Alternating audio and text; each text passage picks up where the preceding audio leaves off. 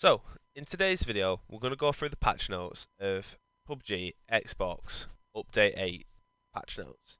So obviously the first thing, it just does a couple of little bit of a, roll call on the things that they've added in this time. So, biggest feature I think that we're getting added in is the weapon mastery system. We're also getting controller preset Type C, which changes the lean animation from the thumbsticks over to the bumpers. A new auto equip feature, which I'm a bit suspect on how useful that's going to be for auto equipping attachments, whether it whacks them on the wrong weapon and stuff. But I'll need a bit of testing, and also the loot rebalance on Arangal and Vikendi. Right, so let's take a look. So underneath, obviously, you see example of the weapon mastery here. This is all coming out tomorrow, by the way. That's June 27th. So again, you see your stats under there. So how many defeats? Now they define a defeat as a down in a squad or duo game, or a kill in a solo, or a kill as the final kill of a squad. If you kill somebody else's down, it does not count as a defeat. How many knocks? So a knock would be if you got them down, but then they got healed, I imagine. Damage dealt, headshots, etc. And again, then it shows you the charms. So there's 20 charms coming into the game from the get-go. You get one every 5 levels by the looks of it, up to rank 100. Now it's worth noting as well, you can't just get all the charms with your favourite weapon, so like an M4 or an AK or whatever, and then use them on every gun. You unlock the charms on a per weapon basis. So that's good because that's something that I don't think was really clear in the preview.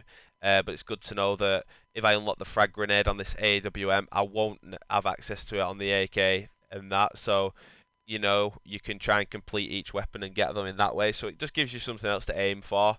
As well, they've added medal system in. It very much reminds me of like Halo on this. So when you get the double headshot, the quad for a full squad, and you just get a bit of recognition. And you can see how many times you've achieved those feats in game.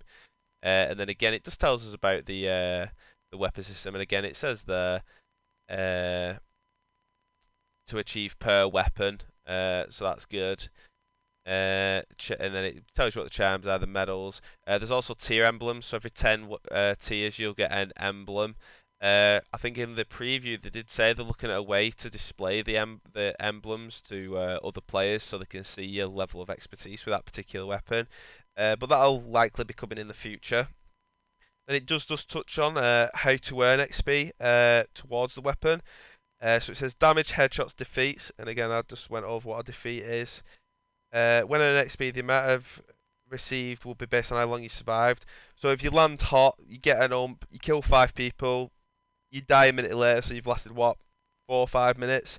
You're not going to get as much XP as if you got 5 kills but took the duration of the game and got to say the top 10. Obviously, it doesn't count friendly fire, does not count for road kills, blue zone, etc. And then again, it tells you the total defeats you've had for a weapon under the weapon mastery tab. Controller Type C. So this is the PlayStation set on there. Again, I'm not familiar with the PlayStation one, so they might be slightly different. And then we've got the Xbox underneath. So again, you've got lean right, lean left on there. You've got ADS on your trigger as usual. Now, I think I've read somewhere that they've removed the soft aim feature on this. So what I'll probably end up doing, because sometimes third-person aiming is useful, especially in buildings of super close proximity, is I'll probably end up setting that to one of the paddles on my Elite controller, just to make sure I don't lose that feature entirely. Or what I might end up doing is doing a custom controller set, which basically copies this, but it's on top of another one, and then I have the paddle option. I just have to have a play with that, and again it shows you that. Then we've got, so it just explains what the Type C is there. Auto equip attachments, so again this is coming to the setting. Auto reloading I think is dumb because sometimes you choose not to because it slows you down, especially if you're running and stuff. So I have that off, but auto equip attachments. You've got scopes, you've got auto replace attachments. Now the only one that I think looks useful for me personally is the auto replace attachments. So when replacing a weapon, you are holding onto a different weapon, holding by press X. Compatible attachments will automatically switch over. So if you pick up a Scar or an M4 at the beginning of the game, you're getting a couple of kills, it's still hectic. You think, oh look, there's a 16 there. I need to quickly switch all my attachments over and go with that. Or even if you switch into a different ammo type, maybe you're going for a barrel, you can just hold the button, it switches the attachments over, and then all you've got to do is load the gun. That's pretty cool. I'll probably be doing that, and then I'll probably have all the others disabled. Because, for example, say I pick up an ump and an AK.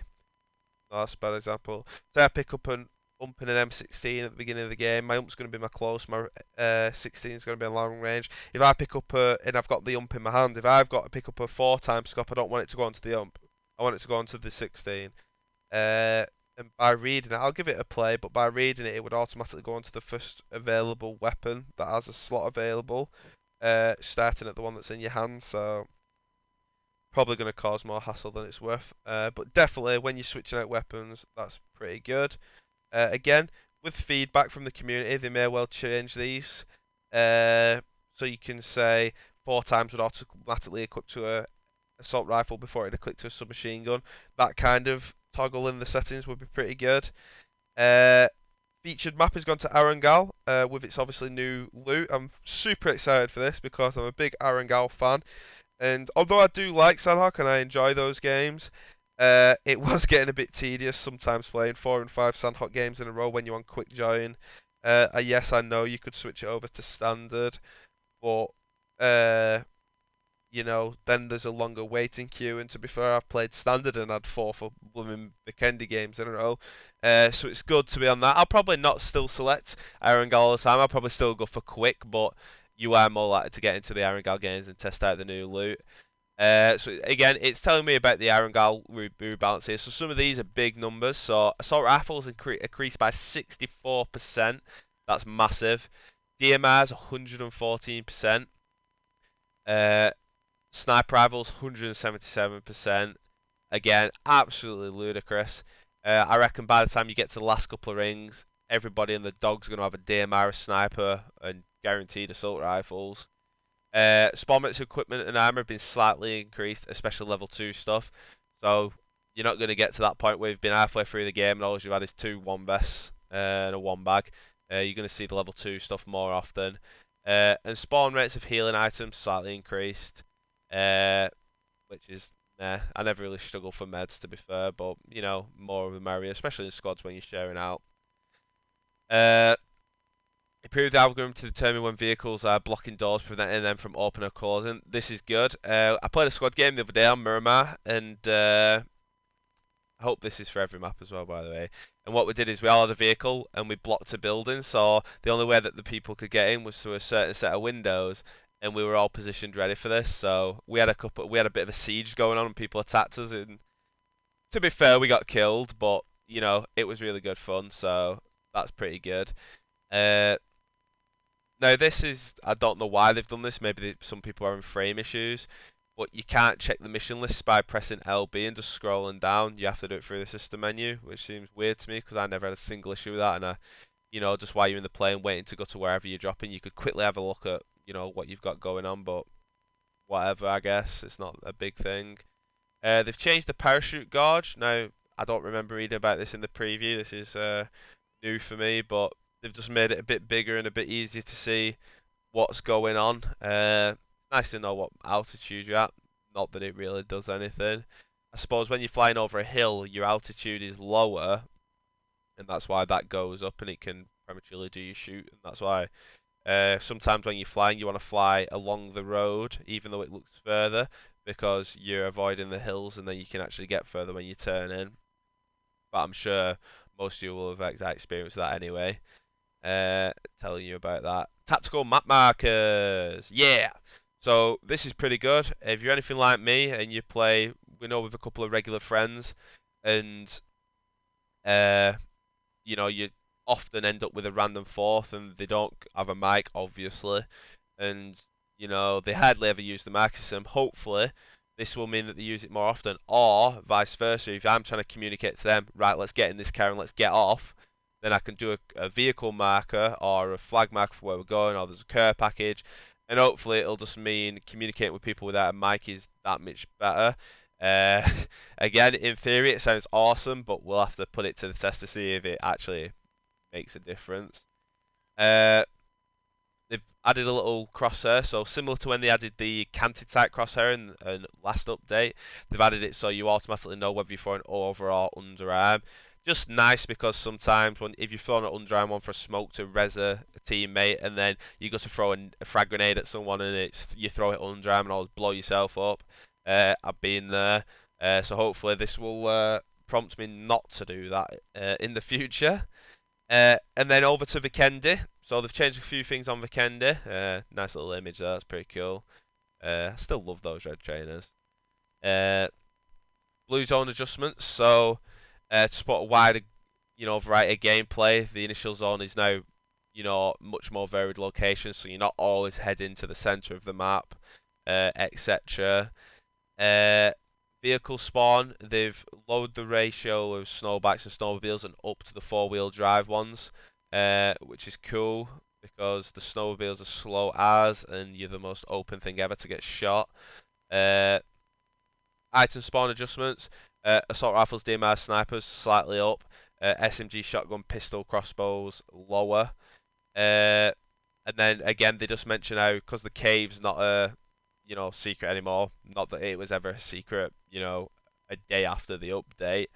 They're removing the loot boxes, but they are putting high quality gear in there, so you probably find things like M24s, that kind of thing, maybe VSSs, stuff like that. And then item pool. So I wasn't actually aware that the mutant didn't spawn on the Kender.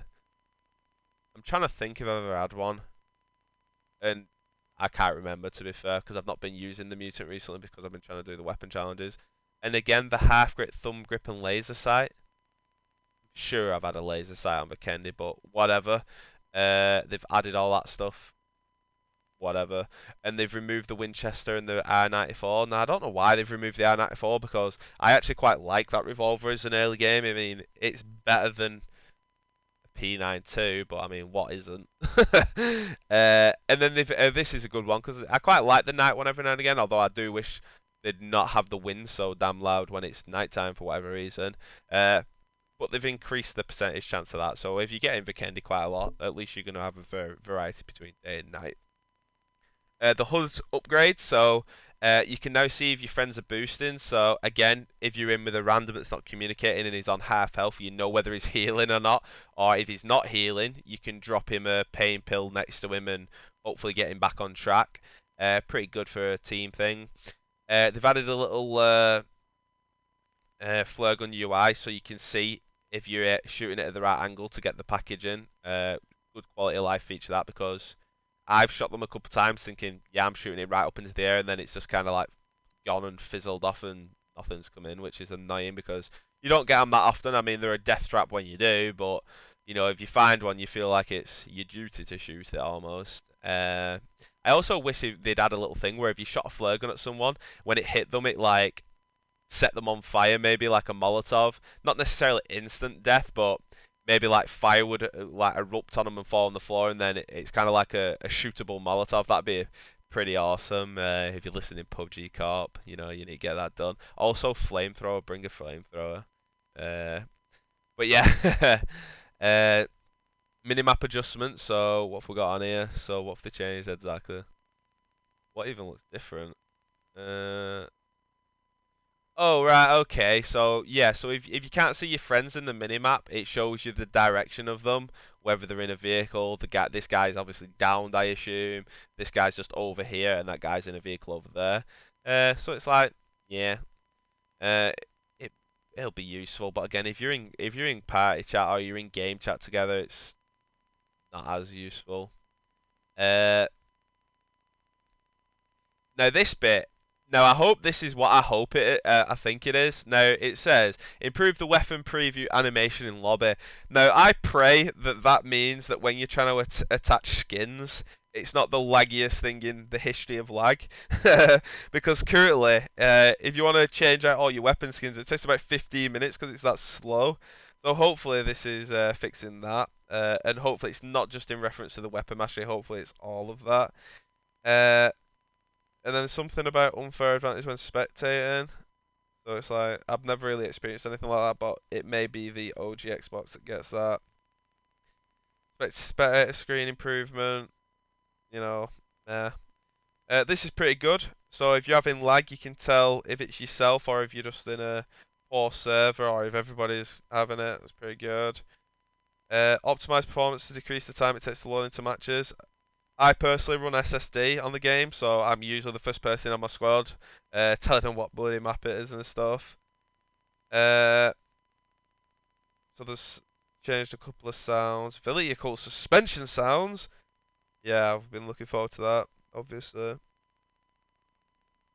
This is interesting. So some of the common bug fixes: issue where barbed wire and fences blocking bullets. The amount of times I've been shooting through a metal fence and it feels like my bullets aren't going through and the enemy's shooting me just fine is ridiculous. Uh, right, yeah, picking up items, and then there's a plethora of bug fixes. Uh, you know, some of them you may never have seen. Fixing issue where the center screen down out killer is being delayed. I've had that all the time since the last update. So when you down someone or you kill them, it's delayed by a couple of seconds. So if you down somebody and then a couple of seconds later you shoot someone else and it kills them, you don't know if you've killed the first guy because he's bled out or you've killed the second guy and the squad's dead. So it's really annoying. Certain maneuvers could prevent the motorbikes from flipping. Lol. Doubt that's fixed. Fixed an issue with different UAS model variants having different speeds. They were meant to have fixed that ages ago because the one with the soft top could go faster, and I'm sure I read that they fixed that ages ago, but maybe they unfixed it again since then. Fixed an issue with a frag grenade, ground burma, etc. overlapping the player's character model. Oh, cool. So you could have looked like you weren't there. That's interesting.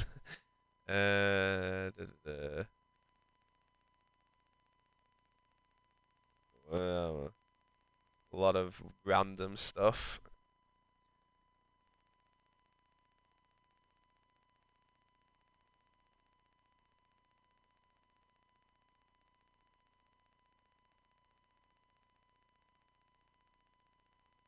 Right, so I mean, loads of just little bugs. A lot of them I've not experienced, to be fair.